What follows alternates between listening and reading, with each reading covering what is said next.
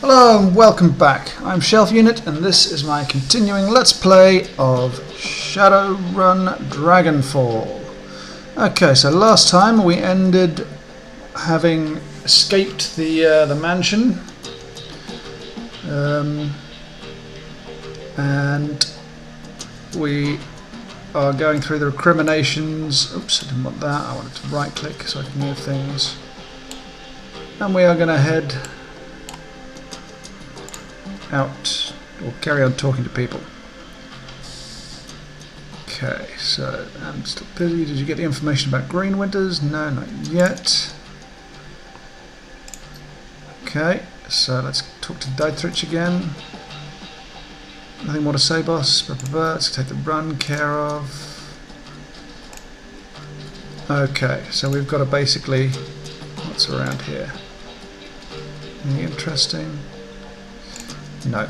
So we've got to take care of the run of... We're going to meet with Alto Baragazi. So let's go and find him. There's somebody over there. Might as well say hello to them.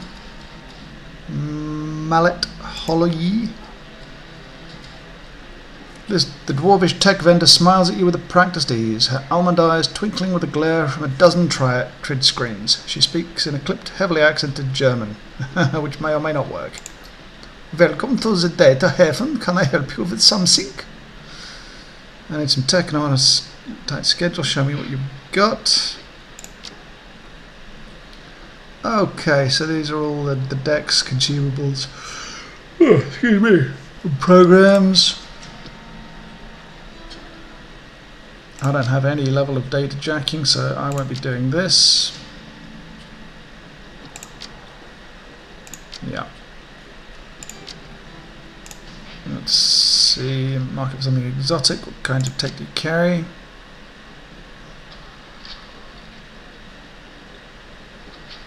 Nah, I'm just browsing. Okay.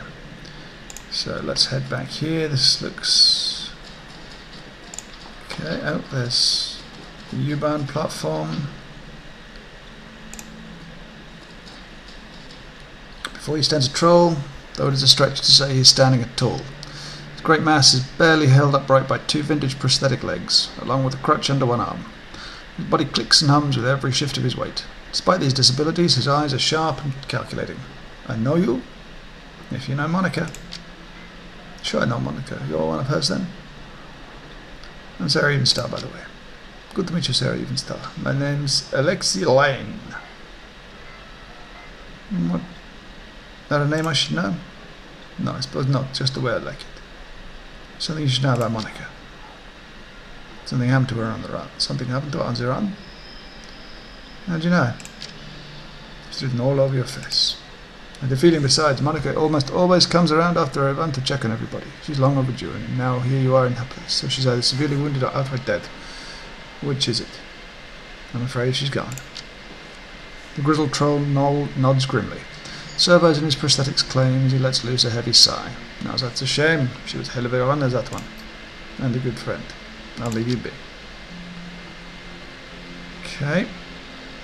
This is Samuel Beckenbauer. At the sound of your approach, the orc turns to face you. He wears a severe expression, but there's kindness in his eyes. Ah, hello, human. As you can see, I am in the middle of a conversation with my assistant. The volunteer worker holds her silence, but her expression is full of naked hostility. Samuel gives her a sidelong glance, and she seems to get the message. The fire in her eyes dies down to a low simmer. But we do not want to be impolite. Is there something I can do for you? I couldn't help overhearing your conversation. I take you're on a charity of some sort? He nods. Yes, it isn't much, but we do what we can. Such as? Give me specifics. He clears his throat and begins to count off on his fingers. In the past several years I have established a shelter where the dispossessed can sleep, a soup kitchen to feed the hungry, and a library for the people at the cruise bazaar to better themselves. It isn't much, I admit, but it's a start. Good start, Samuel. You mustn't be so hard on yourself. There are limits to what one man, even a determined man, can accomplish. This is true. He nods to the orc at his side. Thankfully, some of the residents that I've helped over the years have come back around to help me. Got 15 assorted orcs and trolls from all around the cruise bar working with me now. They help me man the soup lines, stock the library shelves, and do all of the hundreds of other little things that a community organisation needs done every day.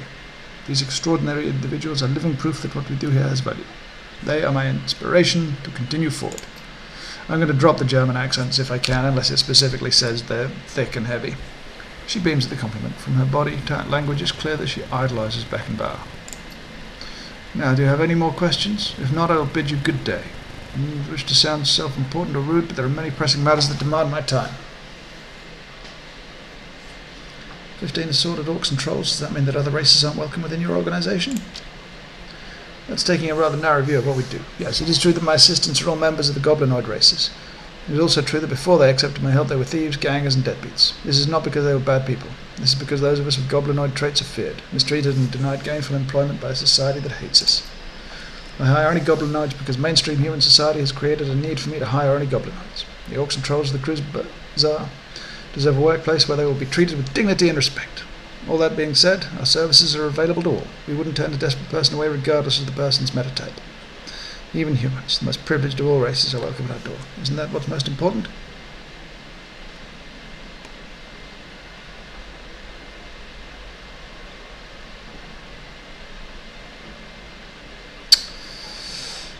Your exclusionary use of language is telling. Even humans are allowed? Please, mein Fräulein. He shakes his head. Don't make this into something it isn't. Who the hell are you to question Samuel? What have you done for the Cruise Bazaar? No, there are more important things to do than argue about this. He nods at you. I'm sure that her heart is in the right place. Now, please, friend, there are many tasks that demand my attention. Is there something more that you need, or shall I bid you farewell? I'd like to talk about your organisation. He nods. Of course, go on. Are you accepting donations? Yes, of course. We're actually desperate for them. Truth be told, people seem more intent on taking care of themselves than they are on providing for the less fortunate. Of course, these concepts are not unrelated. As poverty rates increase, so does the crime rate. Assisting all the needy increases the quality of life for all. How much have I got? $12.50.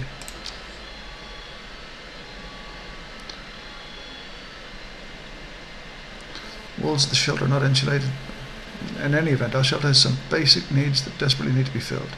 The walls of the shelter are not insulated. New blankets will go a long way towards keeping our guests healthy and comfortable. Ideally, we'd like to purchase some space heaters as well.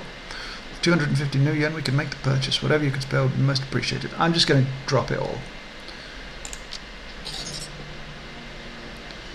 This is incredibly generous. Thank you, mein Fräulein. No big deal, Sam. Do good with it. This donation, I've reached our goal. First goal. Thanks so much for our kind assistance. I'll put your contribution to work stocking the shelter with blankets and heaters. Not a problem. Please do not downplay your contribution. You've shown kindness at a time when few others will. That means something. It means a great deal. So where's something else? No questions, just passing by. Okay. So we've done that. Who's this? Simi. Let's go talk to Simi. It's a big place. Warming herself in the dim light of a dying street lamp is a waif of a girl who looks far too worn for her years. Mother Superior, she says there'll be 7 for me to care for. I need to see them. 7? What? What do you have to care for? The captain's children. Mother Superior says there are 7. She says I'm to be the governess to the children. You notice a chipjack poking out from beneath the young woman's unruly hair. The vacant look in her eyes marks her as likely as a BTL junkie, lost between reality and any number of better-than-life virtual constructs. I need money to get back to them. You know Monica? Monica, is she one of the sisters at the Abbey? No, wait, Monica. A flicker of recognition fights through the haze of the young woman's eyes. Yeah, Monica, she's good to me. Brings me food to eat and tea to drink. I'm afraid of bad news. Despite the woman's persistent delirium, she seems to glean meaning from your tone. She died. I'm sorry, she did. The girl grips her head with claw-like hands, tugging at her hair as she might pull her brain out through her skull. I don't like this, but I can't switch it off. The girl's frail body shudders and her eyes grow large, but she does not sob. Instead, she smiles a sad smile, which looks to have been worn all too often. She'll go to heaven, she told me. It's a place for good people, stillborn babies and childhood pets. She was a good person. The girl begins to mould herself while fingering the hair that covers the jack in the head. The story sounds familiar. Captain Von Trapp is very well known and respected. Poor dear lost wife and the children, their mother. The child should not be without a mother, and a mother should not be without a child. You seen the captain? I'm going to step away now. Yes, good. I need to rejoin the captain. The sound of music. The hills are indeed alive.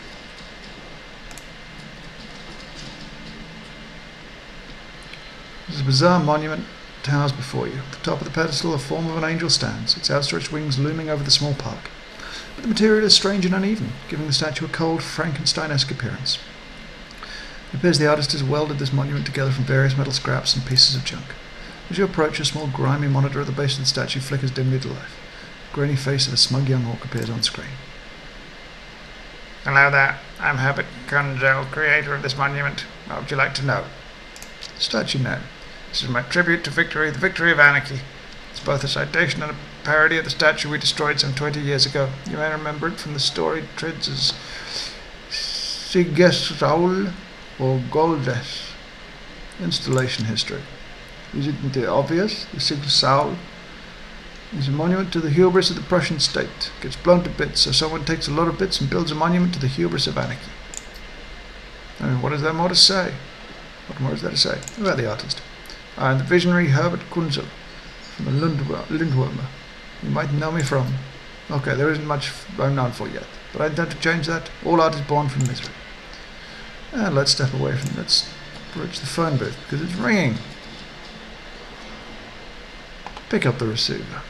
Old obsolete phone booth. Yeah, looks interesting, the statue. A monotone, pitch-adjusted voice begins speaking almost immediately. The Schlock-Wellenritter's contact for this keys is no more. Sarah Evenstar III is listed as a follow-up contact. This is our only secured line to this keys. Please listen to the following instructions carefully if you are a supporter of our cause. Continue listening. We have phone booths in strategic locations throughout the city. Within each one you may find a request posted for specific information. If you can obtain a copy of this information, return here and submit it via the port below the receiver. We will verify the authenticity of the information remotely and post an undoctored copy of it into the matrix ourselves. It is our stated goal for this information to remain free to all. However, you will be compensated for sought after information returned to this location. And keep an eye out. The line remains silent. Okay. So do we have any quests?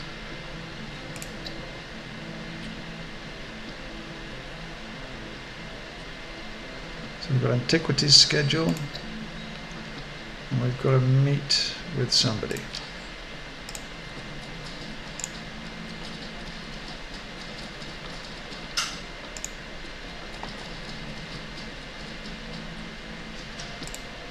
Cyber clinic. Who's this guy? Zach Flash. Sounds cool. This elf has clearly seen better days. His skin is weathered and emaciated as though it has been stretched too tightly over his frame. Track marks line the crooks of his arms and dirty bandages wrap his knuckles. Despite all of this, he seems cheerful enough. The elf fixes his twinkling, bugged-out eyes on yours and offers you a broad smile, displaying a set of impossibly white teeth. When he speaks to you, his voice is surprisingly deep. Guten Tag, mein Fraulein. You come here from some magic because Zach Flash. He gestures at himself with a dramatic flourish. He's your magic man. Magic? You a street mage? Zach lets out a throaty barking laugh. Street mage, me? Do I look like a street mage to you? He shakes his head, but his smile doesn't waver. He fishes a small bag of pills out of his back pocket and dangles it before your eyes. No, chummer, I'm not a street mage. I've got the magic in my blood and the magic in these bags, but you won't catch old Zach studying any spellbooks. In that case, let's talk about the magic you've got in that bag there. What have you got? Oh, a little bit of everything. You've got your Zen and your Hyper and your Nitro and your Novacook. If you want it, I've got it. Zach leans forward to you and lowers his voice to a conspiratorial whisper. I've even got special concoction of my own design, but I wouldn't recommend it unless you're serious about getting high. What's up with the bandages on your hands? Zach snorts out a short burst of laughter. He waggles his bandages hands in front of you. Oh, there's nothing much, chummer, nothing much. Tussled with a spirit back in Amsterdam. You know, we elves are very spiritual people. You fought a spirit with your bare hands? Did I say fought? Zach winks at you, his smile twisting up into a licentious smirk. You can't help noticing that his eyelashes appear to be dusted with glitter. Nah, chummer. Zack Flash is a lover, not a fighter. We partied, then we tussled. Hard not to get banged up under the circumstances. I'm calling bullshit on this one. Zack's smile vanishes. You're calling me a liar to my face? You'd rather I do it behind your back? In an instant, Zack's disturbingly white smile returns. Can't stay mad at you, all right, chummer. You get that one for free. So where was I? All right, the spirits. Elves, you know, my people, are creatures of the spirit. We've got the magic in our blood, whether we're sling spells or not. I'm telling you, I've walked with spirits all my life, and it has nothing to do with prayer or a totem or studying spellbooks. Flash lowers his voice to a conspiratorial whisper again. Between you and me, my mojo is stronger than any corp war mages. Take those rat scum bastards as technology. They cast spells all day and all night, right? Fire this and lightning that, just tossing them around like candy. Right. Well, I'm just doing my thing, not casting spells. I'm storing up my energy, saving it. Can you imagine how much magic I have? I think it's how it works, Zack. Trust me, my friend. I have secret knowledge. He slowly turns his head from side to side to give you a good look at his upturned ears. Like I say, it's in the blood. I think he's not really an elf, but fascinating. I can't tell because I don't have biotech and I don't have elf culture. Fascinating. Well, I've got to run. Take care, Zack. Zack offers you a broad, exaggerated wave. Later on, that chum of mine. Okay. Has this guy anything? No. And that guy's nothing.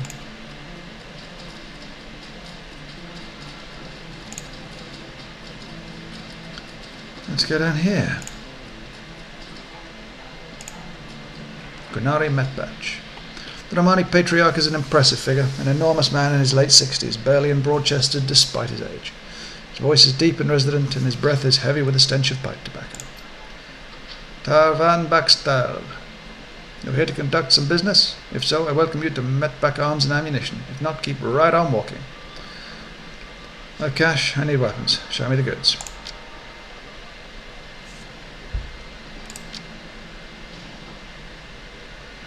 Okay. So the oozes.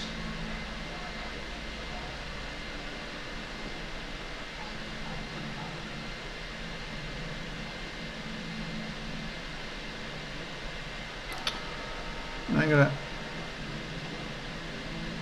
new stash sell items. My equipment, I've got a sawn off Nelly. 10 damage, range 5, 4 capacity, something 6.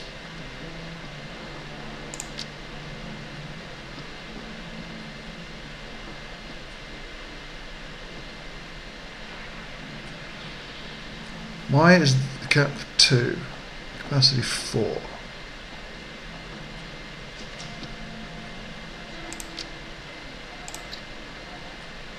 Damage 10. I'm going to sell this.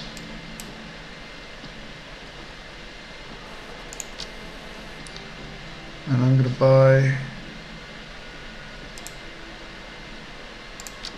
this. 2 extra damage, I think.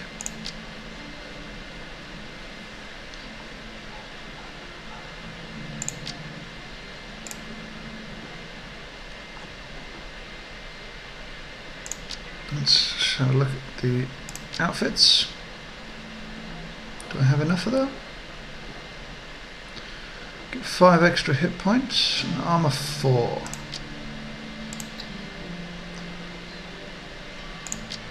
think I'm going to buy that. And now I have this. Excuse me, armor 4 and extra 5 hit points.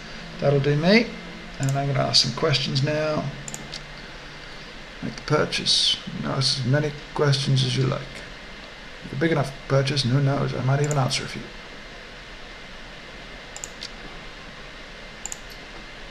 Oh, bollocks. God fucking damn it. I specifically bought all those things. Jesus.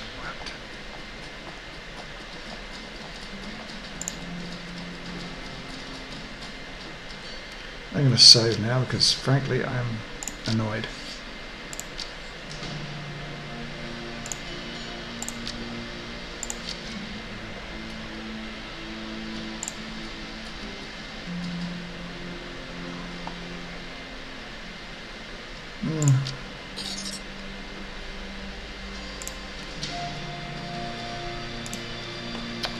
I'm annoyed now. Okay, so we've gone everywhere we can here.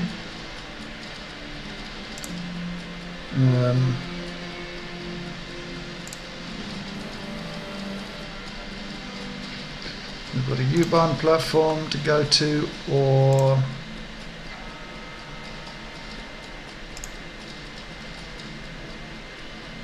where else? Do we have anywhere else to go to? Yeah, we've got down here to go to. Try a cyber clinic. Don't really want to go there.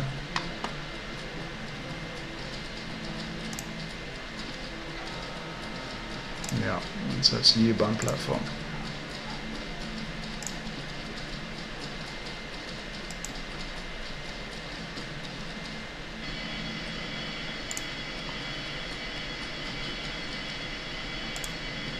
Seriously. Okay, back to the streets then. I'm beginning to get stuck as to where I need to go.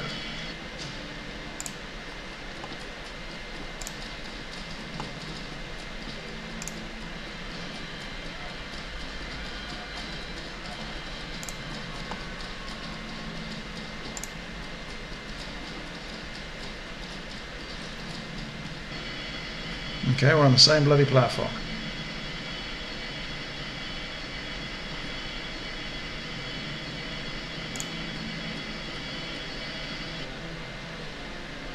Huh. Well, this is a problem.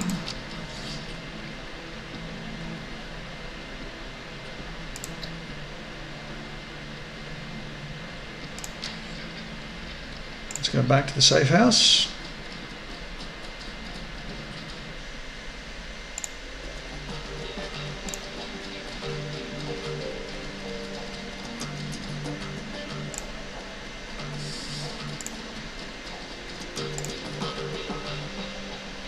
Okay, he's got nothing more to say.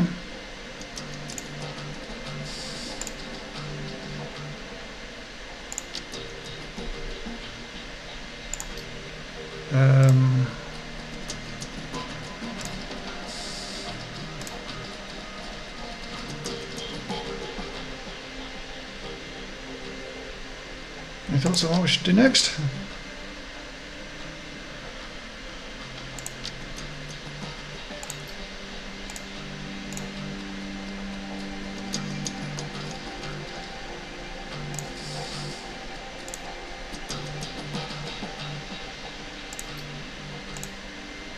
Huh.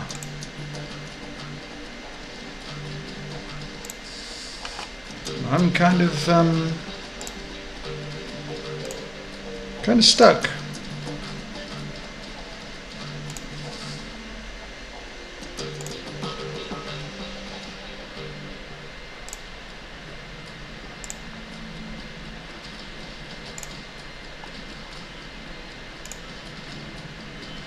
Or not.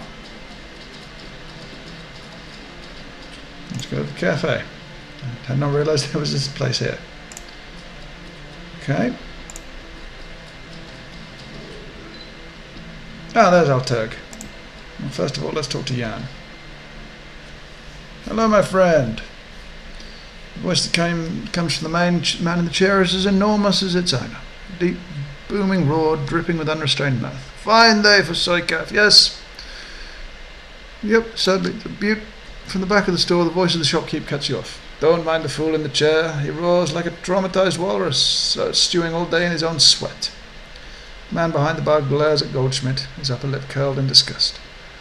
I tolerate him only because he takes his Soykaf by the bucket. Goldschmidt responds with a raucous belly laugh. Apparently he finds the shopkeeper's insults to be hilarious. Ah, Tug, mein Freundin. You're as quick-witted and sharp-tongued as ever. I bow to you. Are you going to put... Once again the shopkeeper cuts in. Bow to me, you'll first have to vacate your chair. The shopkeeper claps his hands together, clasping them in front of his chest. I shall summon a team of determined young men and ox to assist with the task. With luck, you will be on your feet by nightfall. Goldschmidt smiles up at you, his small eyes glittering. Enough of this senseless bickering. You have approached me for a reason, yes? Tell me, what can Jan Goldschmidt do for you?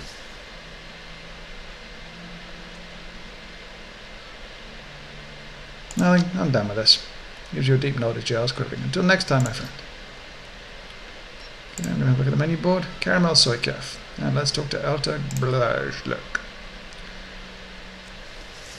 The man behind the counter looks right past you and at the dog following close behind. Dante, I will fetch his water dish and perhaps a coffee for our friend here. Paul Amstel sends his regards. When he hears Amstel's name, the Turk's voice lowers and his accent becomes less exaggerated. His eyes take on a knowing look. Ah, very good. Please express to Herr Amstel my appreciation of his patronage. If he needs any more catering jobs, seen to in the future, I am always happy to provide.